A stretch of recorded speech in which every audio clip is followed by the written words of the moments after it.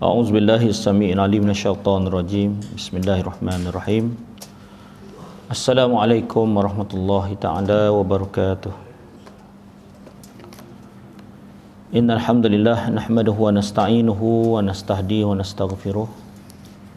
Wa na'udzu billahi min syururi anfusina wa min sayyiati a'malina. May yahdihillahu fala mudhillalah wa may yudhlil fala hadiyalah.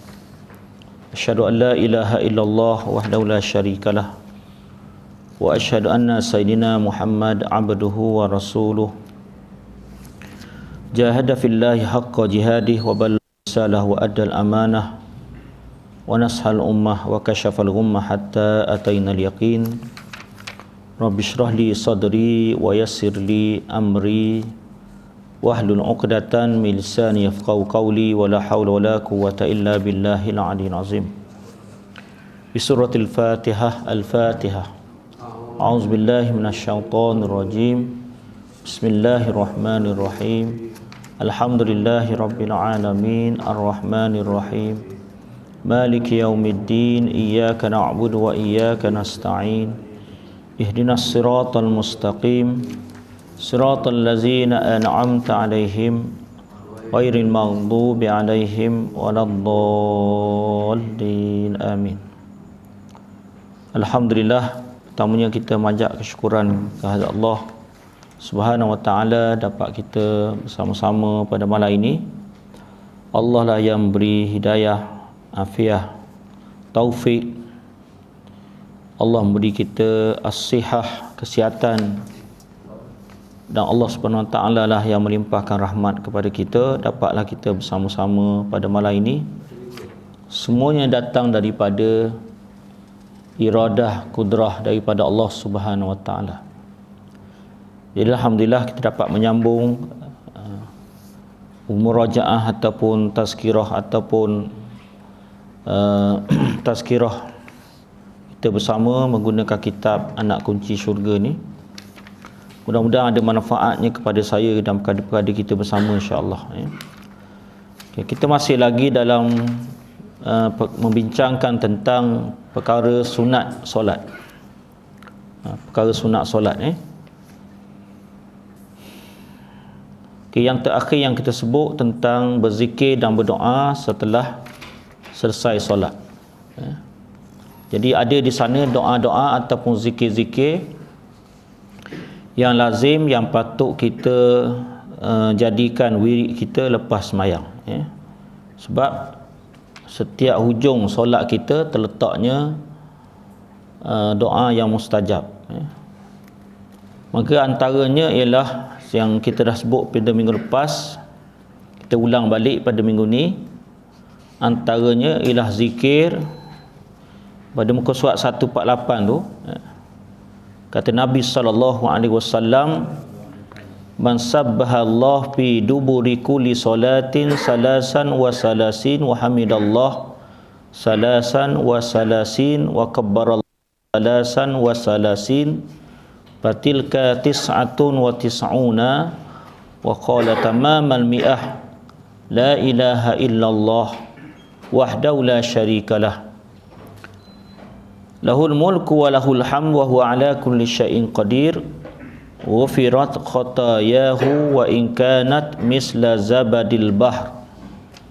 Kata Nabi SAW, barang siapa yang bertasbih subhanallah setiap kali selepas solatnya 33 kali, bertahmid alhamdulillah 33 kali, bertakbir Allahu Akbar 33 kali, lalu jumlahnya ialah 99 kali, lalu dia ucapkan bacaan itu yang ke-100 iaitu la ilaha illallah wahdahu la syarikalah lahul mulku wa lahul hamd wa huwa ala kulli syai'in qadir, menggenapkan jadi 100, maka fadilatnya kata Nabi SAW, diampunkan dosanya walaupun sebanyak buih di lautan. Jadi nak katanya murahnya Allah, rahmatnya Allah, diampunkan dosa kita walaupun sebanyak buih di lautan. Jadi sebab itu tuan-tuan, mungkin peluang kepada kita tuan-tuan untuk kita mencari peluang-peluang seperti ini, terutamanya kalau kita solat berjemaah, ada kekuatan untuk sama-sama kita berzikir. Cuma kadang-kadang kita tak terbaca, kemungkinan kita mengejar masa dan sebagainya. Oleh kerana masa maghrib isyak ni pendek, jadi kalau di sana ada kuliah, terpaksalah kita tinggalkan zikir tu. Tapi menjadi kelaziman kepada kita, di masa-masa yang tidak ada kekangan masa, kita jadikan zikir, bacaan tasbih 33 kali, Alhamdulillah 33 kali, Allahu Akbar 33 kali, genapkan dengan 100 la ilaha illallah wahdahu la syarikalah, lahul mulku wa lahul hamd wa huwa ala kulli syai'in qadir. Maka sudah pasti apa yang dijanjikan oleh Nabi kita Muhammad sallallahu alaihi wasallam, maka diampunkan dosa kita oleh Allah Subhanahu wa taala. Jadi kita yang sifatnya yang sentiasa buat silap, buat salah, buat dosa ni, sangat mengharapkan pengampunan daripada Allah. Jadi antara jalan Allah mengampunkan kita ialah kita berzikir lepas sembahyang. Dalam banyak-banyak waktu tuan-tuan, carilah hak mana boleh dah. Mungkin maghrib kita sibuk, mungkin syak kita lorak, mungkin subuh kita terkandas, mungkin zuhur kita tak cukup masa juga, kan? Tapi asar takkan lorak lagi dah ibaratnya. Jadi maknanya dalam 5 waktu solat kita tu kena usahakan juga zikir ni ada, melekat pada hujung solat kita. Kalau tidak, nak kita sibuknya tak sibuk sokmolah dah, sibuk sampai tak terzikir kita, sedangkan fadilatnya sangat besar sekali. Baik, kemudian 150, surat 150, Rasulullah sallallahu alaihi wasallam memohon keampunan setiap kali selepas solat dengan menyebut astaghfirullahalazim, astaghfirullahalazim, paling kurang 3 kali. Bahkan kata Nabi istighfar satu hari 70 ataupun 100 kali. Jadi maknanya tuan-tuan pandai-pandailah bagi supaya ada zikir kita ni, istighfar ni dalam sehari kita tu ada zikir. Ada zikir istighfar paling kurang 100 ataupun 70 kali. Kita pandai susun sendirilah, letak kat mana nak zikir tadi dah. Istighfar kat mana, celah mana hak masa kita boleh beristighfar. Taib.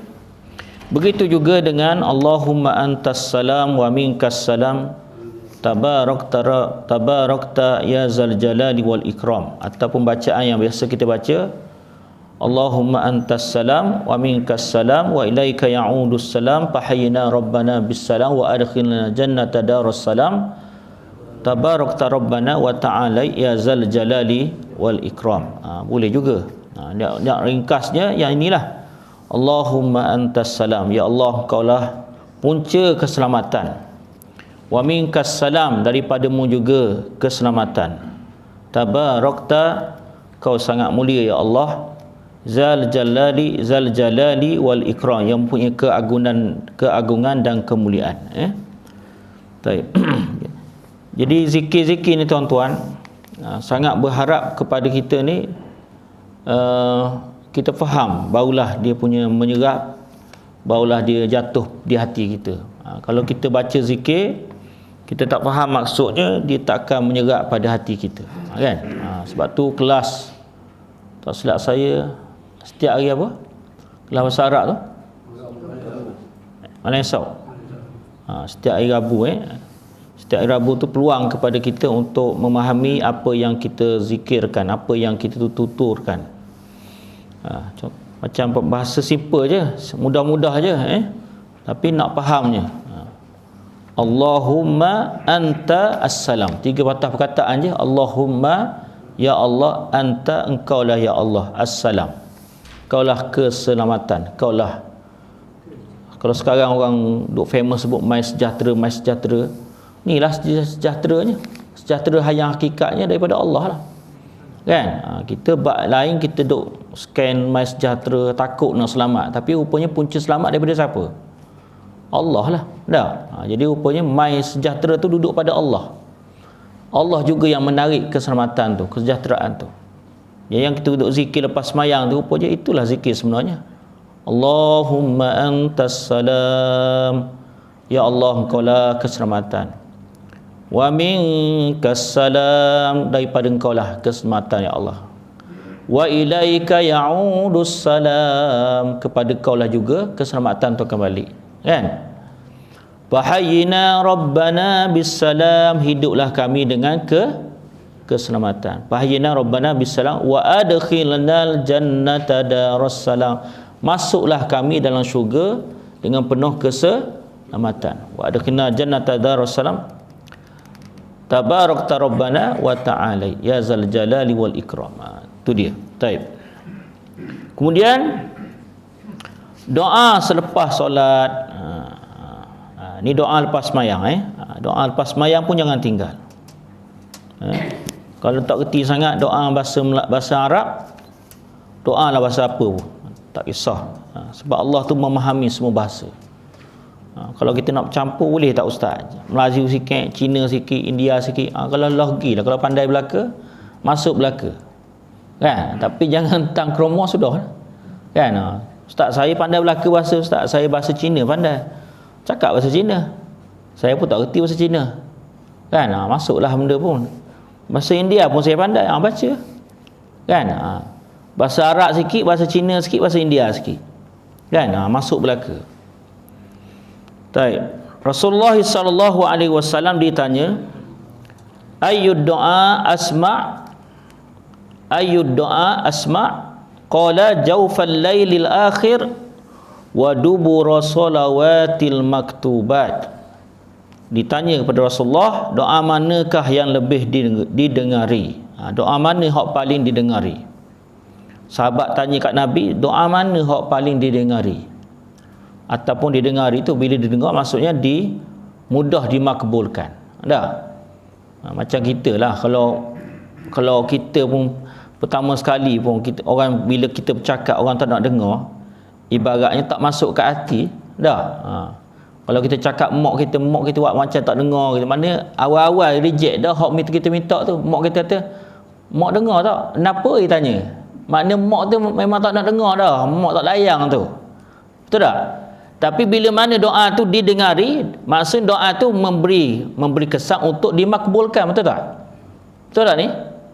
Kan macam kita lah, kalau ayah anak kita cakap kat kita memang mendengar, tadah telinga. Ibaratnya hak benda anak kita cakap tu memang kita akan sedia untuk mendengarinya dan sedia kita akan memenuhi hajat dia. Tapi kalau awal-awal ayah anak bercakap kita buat macam tak dengar je, sehingga kata kenapa bercakap saja kita, padahal kita malah dengar dah. Macam itulah juga bila mana Allah SWT, Nabi kata mana doa yang paling didengari. Kata Rasulullah, doa ketika malam hari dan doa yang mengiringi setiap kali selepas solat. Dua. Jadi maknanya tuan-tuan, doa tengah malam, doa waktu malam, tengah malam, terutama doa waktu sahur sebelum fajar tu, waktu masa yang berkukuk tu, kan? Waktu sahur tu rupanya di situ doa mustajab kita. Sebab tu sangat beruntung orang yang bangun awal sebelum subuh. Sebab waktu tu doa yang dipanggil doa fi jawfil lail, doa di tengah malam ataupun doa di malam hari. Ketika orang lena, kita boleh bangun berdoa dan sebagainya. Dan doa setiap kali lepas hujung semayang. Ada orang yang ambil mudah, dia pun lepas semayang beri salam, Assalamualaikum warahmatullahi, Assalamualaikum warahmatullahi, lipat sejadah tu unggal gitu. Yang ni tuan-tuan, adab ni kita kena betulkan lagi, terutama anak kita lah. Waktu tengok anak-anak kita ni tuan-tuan, dia lepas saja semayang tu dia ambil mudah je, lepas tu dia pun bersandar lari duduk belakang. Doa pun doa dengan kaki berunjur ikut dang dia.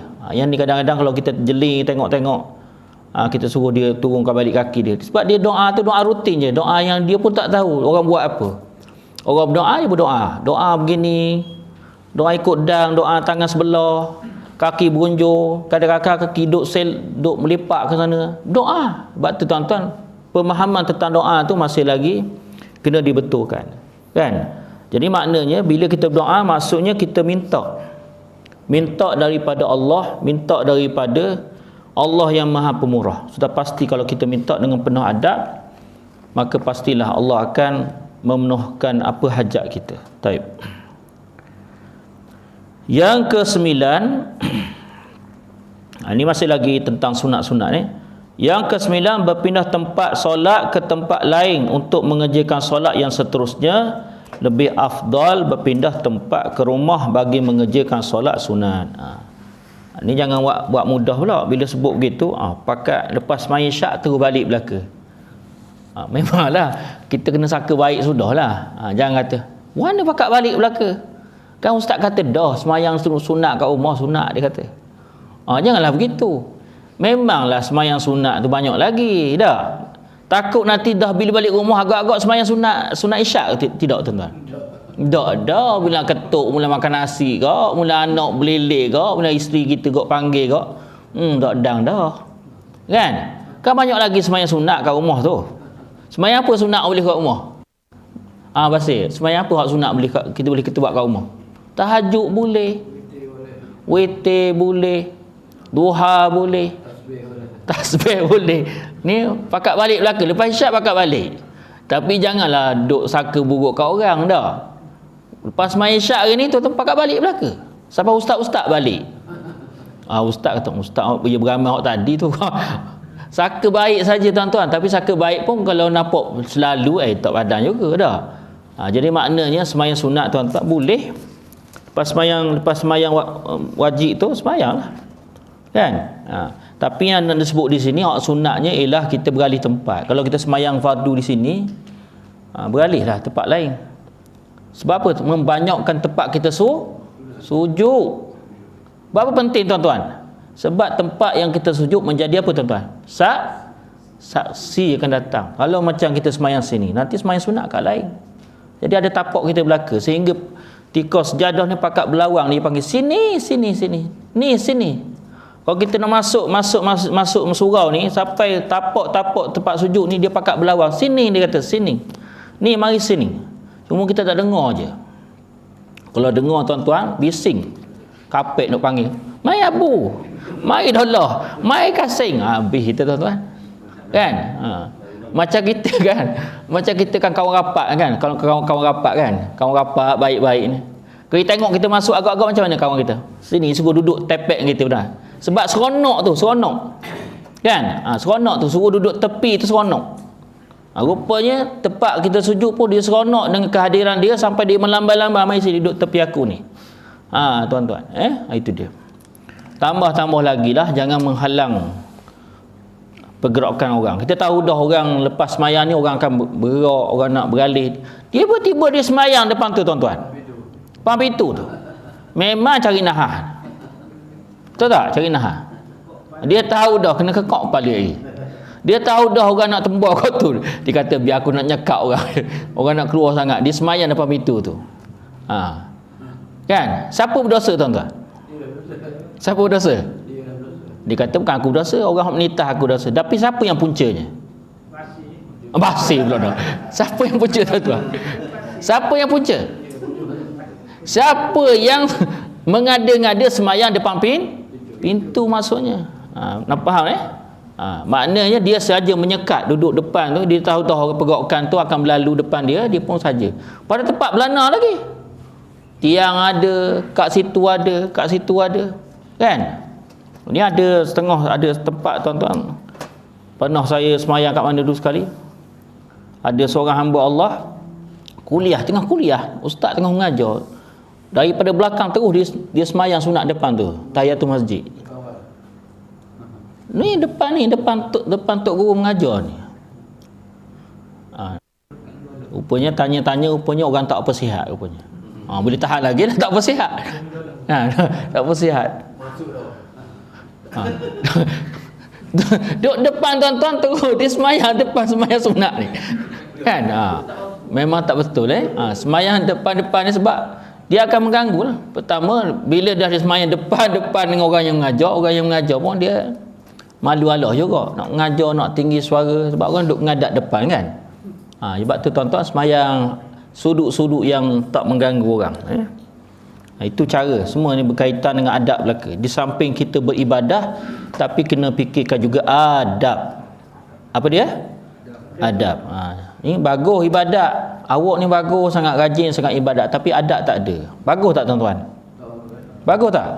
Tak bagus. Oh, bab ibadat, ya Allah, kalau sampai bab ni semua ibadat ada kat awak belaka, tapi bab adab hancur. Tak boleh. Kan? Sebab dia ibadahnya ada buah dia. Ada buah dia. Tapi kalau ibadat ni tak membuahkan hasil, tak membuahkan akhlak, tak membuahkan tak membuahkan dia punya budi pekerti, menunjukkan bahawa ada kesilapan pada amal ibadat dia. Kan?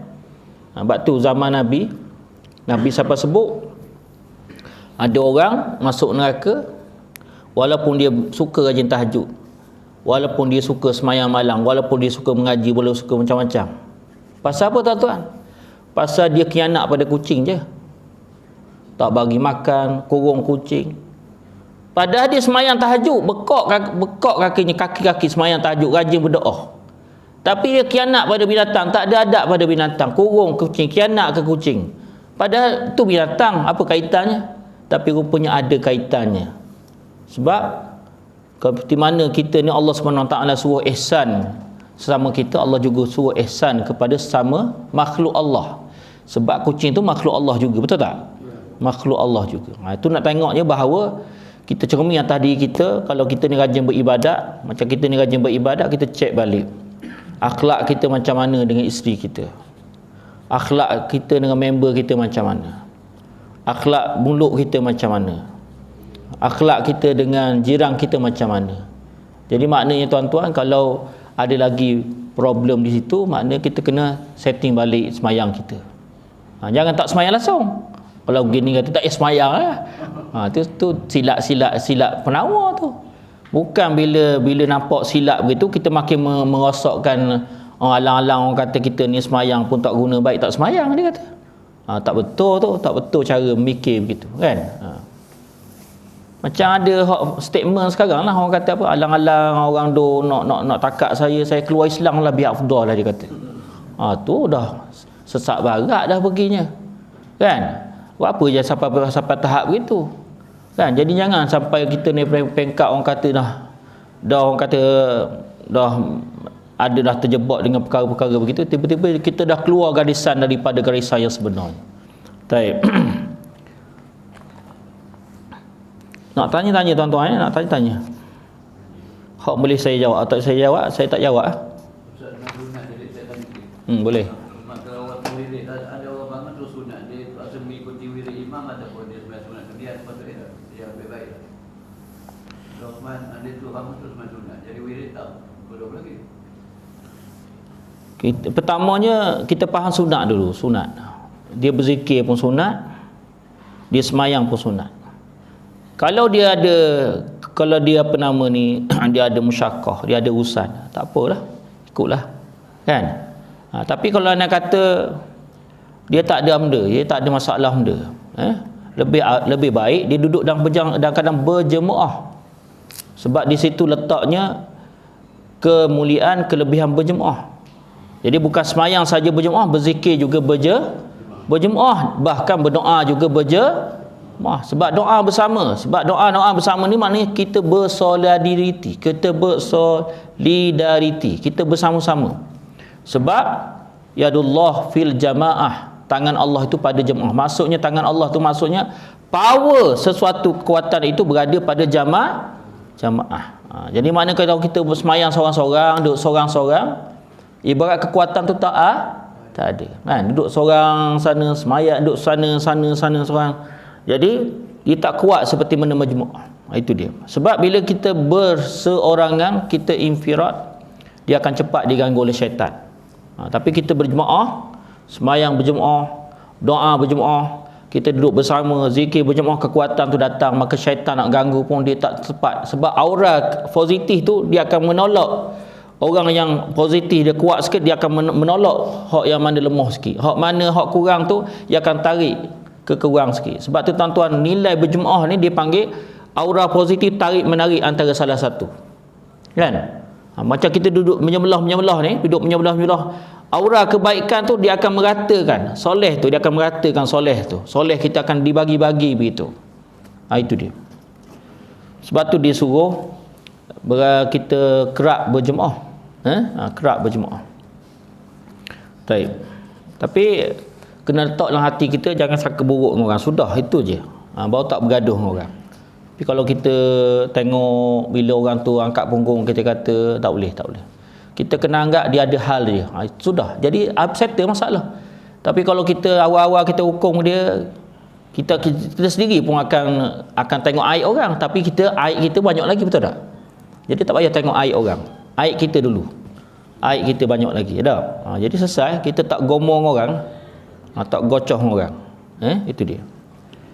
Baik. Tapi kalau selalu ni ada tuan-tuan, saya bertekuk sekali, bukan bertekuk. Ada seorang ni tuan-tuan, dia duk kata doa ni, berzikir ni, kata bid'ah. Lepas tu saya tanya, saya kata abang duk kata bid'ah. Dah abang kata lepas sembahyang abang buka handset tu bid'ah kok ada? Mana bagus kata berdoa dengan buka handset? Saya tengok sekali abang lepas sembahyang abang buka handset tengok kata. Abang tak berdoa. Ini bukan buka handset ni dia dirakam ni, bagus. dia tegur saya. Dia kata, ustaz, zikir lepas sembahyang bid'ah, doa ramai-ramai berjemaah. Saya kata, cuba abang tu sikit kata. Cuba buat perbandingan sikit. Abang saya tengok setiap kali lepas sembahyang abang buka handset. Zikir tidak, berdoa tidak. Lepas tu abang belah begitu, saya kata. Ni mana bid'ah, saya kata. Termasuk anaknya tuan-tuan, rugi tak? Lepas tu saya bebel kat anak dia. Dah dia bebel kita. Saya kata abang tegur saya abang tegur saya. Tuan-tuan, dia pernah tegur saya tuan-tuan, sampai saya pakai kain, pakai seluar. Betulan saya pergi, imam tak ada. Betulan kita balik kerja. Pakai baju sekolah kan masuk dalam kan. Dia kata saya tak tutup aurat yang sempurna. Sebab nampak bekas punggung ni. Subhanallah, kok situ je perginya. Patut dia atas semayang ni kena pakai baju panjang. Saya kata kena faham lah aurat macam mana. Kan? Jangan sampai berdoa begitu rupa. Kan? Hak mana Nabi sebut, hak mana Nabi tu, hak mana. Kan kita ada belaka panduan tu. Kan? Jadi kata-kata kesan daripada buat begini tuan-tuan, sampai kerana abang tak berdoa lepas semayang. Kalau abang akan datang, abang mati akan datang. Siapa nak doakan untuk abang, saya kata. Cuba jawab sikit abang. Ni bukan marah kat abang, tuan-tuan ni. Macam kena marah je. Bukan. Nak cerita pengalaman saya kat Johor dulu. Bukan sini. Kat sini tuan-tuan. Nak ceritanya sampai sekarang saya lekat lagi. Ingat lagi. Tapi harapnya begitu. Kesan tuan-tuan, kita punya fahaman yang tak tepat tentang amal ibadat kita ni. Kan, itu dia. Baik. Sila. Macam mana dari segi hukumnya orang yang dia tengok handphone masa khutbah Jumaat? Masa khutbah. Okey. Okey, masa khutbah Masa khutbah dia buka handset atau buka handphone, kemudian dia buka lah FB ke Instagram dan sebagainya. Termasuk perkara yang dipanggil kelalaian, perkara lara. Sebab dalam hadis Nabi kata termasuk main batu-batu pun satu yang melara, dipanggil lara. Faqad larauta, benda yang melarakan kamu. Jadi maknanya boleh termasuk ketika kita dengar khutbah, kita buat benda yang lain, maka itu juga termasuk perkara yang melara dan akhirnya tak dapat fadilat kita khutbah di situ. Sebab khutbah ni kena beri perhatian, sebab dia sebahagian daripada keistimewaan solat Jumaat, duduk di situ. Itu dia. Jadi maknanya tinggalkan yang tu. Itu dia. Zaman sekarang tuan-tuan, memang hak yang cikgu sebut tadi, kebanyakan lah kita tengok kalau pergi kat masjid tu, memang sementara tu main tu. Kalau main game lagi berdoa lah. Orang tengah duduk khutbah, dia main game. Bunyi pula tu. Lagi orang kata memang berdoa. Main game dah. Pakat buka handset game. Tak payah. Bahkan kalau mengaji pun tak betul lagi. Mengaji dah sunat dah. Tapi kita utamakan mengaji daripada dengar khutbah. Sedangkan ketika itu hak pada khutbah. Mendengar khutbah. Bukan mengaji. Kan?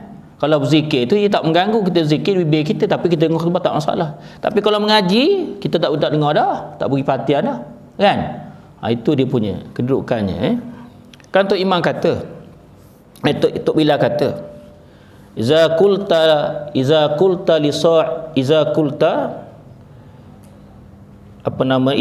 li sahibaka ansid wal imamu yakhtubu faqad lagaut. Sekarang saya tak tahu kalau lepas Tok Bilal dia iqamah, dia ada tak beri peringatan? Sekarang ada tak? Tak ada dah. Kalau zaman dulu kan ada kan. Dia kan kalau dikata bila Tok Imam berkhutbah, kalau kamu tegur walaupun dengan perkataan diam sekalipun faqad lagauta, dia kata. Itu tuan-tuan menegur saja. Diam contohnya. Itu pun dah jadi lagaut. Dan ni bukan diam. Main handset, main tu lagilah. Masjid mana? Masjid Bukit Setongkol. Ada dia ingatkan. Jadi mungkin ada hak masjid hak masih lagi dia beringat tentang tu, dia ingatkan lagi. Maknanya kalau menegur, pada menegur tu bagus tak tuan-tuan? Menegur tu bagus tak? Bagus. Menegur pun dalam ketika orang dengan khutbah pun jadi tak bagus tuan-tuan. Menunjukkan kepada kita makna sama telah orang lain. Tu nak tunjuk kepada kita bahawa kalau khutbah mesti diam punya. Sebab tu tuan-tuan, mana orang berani bercakap?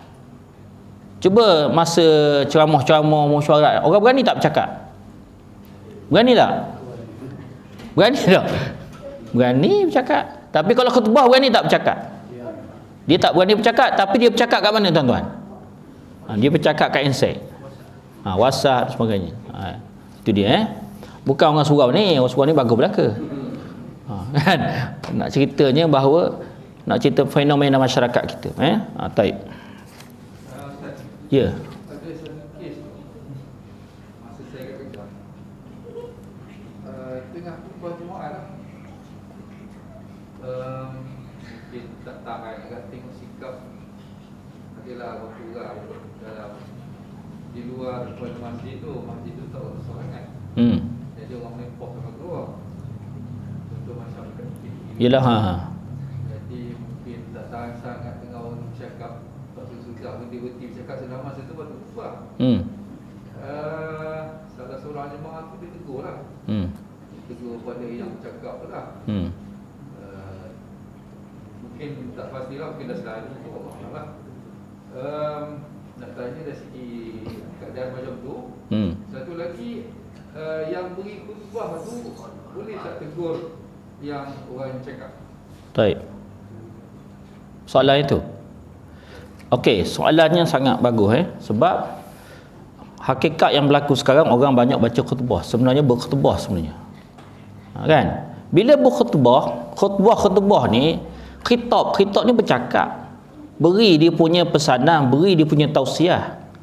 Batu sebenarnya, tapi oleh kerana orang sekarang, imam-imam kita sekarang ni banyak yang kadang-kadang bila nak khutbah secara direct, kadang-kadang mati kutu, termasuk saya pun. Kadang-kadang nak bercakap depan ramai, pakat tengok kita belakang, kadang-kadang idea tak keluar. Terpaksalah kita baca khutbah. Tapi tuan-tuan, kalau nak baca khutbah, boleh tak kita lari sikit teks keluar, boleh tak? Boleh, tak salah. Contoh baca, jadi tuan-tuan esok hari wanita contohnya, boleh kita selit hak luar sikit tak? Bila tengok anak-anak muda yang duduk luar tu harap-harap jangan bercakap, masuk ke dalam, tak apa. Tapi orang tak berani, baca teks saja. Dia teks saja. Kan? Boleh, tak ada masalah. Khutbah tu sebenarnya sebab berkhutbah, bukan membaca teks khutbah. Tapi hak berlaku ialah membaca teks khutbah. Kalau baca silap sikit luar lagi, kena report selalu. Teks sendiri dia kata. Itu yang problemnya. Sedangkan sebenarnya kita berkhutbah, nak sampai, nak cakap, nak beritahu, nak ingatkan. Saya dah banyak tengok kali dah tuan-tuan, contohnya sambil-sambil nak ujung tu, untuk nak ujung khutbah tu, saya harap tuan-tuan sempena dengan Isra' Mi'raj ni tuan-tuan, kita pakat datanglah, hidupkan balik semayang hak mana-mana dekat-dekat nak puasa ni tuan-tuan. Mana pesan kepada isteri masing-masing, hak mana anak-anak ke, hak mana lagi tak ganti puasa, gantilah contoh di luar khutbah kita, boleh tak? Boleh ke tidak? Boleh sangat. Tapi kita masih lagi berada pada Zoom gitu, Zoom hak biasa kita buat. Itu cantik apa yang ditanya tadi. Itu dia. Jadi sambil-sambil dah adik-adik dah ada ni, adik-adik dah ada ni, bagus. Saya sangat suka sangat datang masjid, datang ke surau contohnya.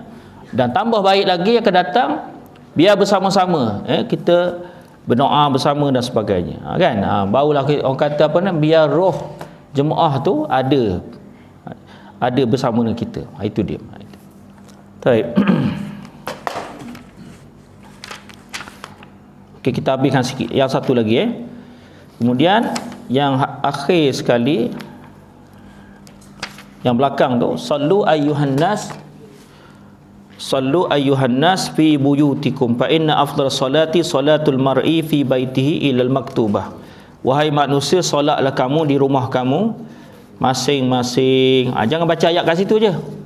Nanti buat habis ayat situ. Habis tu mungkin baca hadis tak habis dah. Baca hadis tak habis. Kata Nabi, wahai manusia, solatlah kamu di rumah kamu masing-masing. Dia full stop kat situ. Rupanya kat bawah tu, sesungguhnya sebaik-baik solat seorang itu adalah di rumahnya, kecuali solat yang difardukan 5 waktu, maka di masjid lebih baik. Faham kat situ tak? Semayang tu, semayanglah di rumah. Sebab apa? Sebab nak suruh kita nawir, cahayakan rumah kita dengan apa? Dengan semayang, dengan Quran. Tapi kecuali semayang maktubah. Semayang apa? Fardu. Semayang fardu di mana tuan-tuan? Di surau, di masjid. Semayang fardu. Kecuali semayang sunat, ikutlah semayang kat rumah, supaya rumah kita bercahaya. Rumah kita bercahaya dengan semayang. Jadi yang beri alasan sebab dia nak jemaah dengan keluarga dia. Tak, macam cikgu sebut tadi dah. Alasan tu tuan-tuan, alasan tu kalau kita nak guna alasan tu tak apa tepat juga. Sebab berkeluarga ni, sebab yang lelaki ni sebenarnya afdalnya semayang di masjid. Kan? Kalau nak sekali-sekala nak terbiah dengan anak, nak seminggu sekali ke, nak ada waktu-waktu tertentu nak semayang berkeluarga, boleh. Tak ada masalah. Tapi kalau itu yang diberi alasan kenapa tak datang masjid, itu alasan tak apa tepat lah. Tak apa tepat. Yang sebenarnya kalau dipaham bahawa tentang tuntutan semayang berfardu, semayang fardu berjemaah ni ialah kehadiran kita berjemaah. Sehingga Nabi SAW sendiri pun sentiasa hadir ke masjid, semayang berjemaah. Itu dia. Saat-saat akhirnya saja ketika dia sakit tu, dia semayang di rumahnya kan yang tak larat sangat. Itu dia. Jadi maknanya kita kena istiqamah semayang kita. Semayang kita, tak kira lah semayang di surau ni ke, di masjid ke, di mana-mana kita tempat kita berada, dia punya keutamaan kita semayang berjemaah di masjid. Itu dia. Jadi itu saja yang boleh kita sentuh pada malam ini. Yang baik datang daripada Allah, kelemahan datang daripada saya sendiri. Aku qauli hadza astaghfirullahalazim li wa lakum. Wassalamualaikum warahmatullahi taala wabarakatuh. Insya-Allah pertemuan akan datang kita akan belajar tentang sutrah. Sutrah ni maksudnya dia punya penghalang kita, hak kita nak semayang tu, itu dia. Bismillahirrahmanirrahim. Alhamdulillahirabbil alamin, wassalatu wassalamu ala asyrafil anbiya wal mursalin wa ala alihi wa sahbihi ajma'in. Allahumma anfa'na bima 'allamtana wa 'allimna ma yanfa'una wa zidna ilma warzuqna fahma bi rahmatika ya arhamar rahimin. Walhamdulillahirabbil alamin.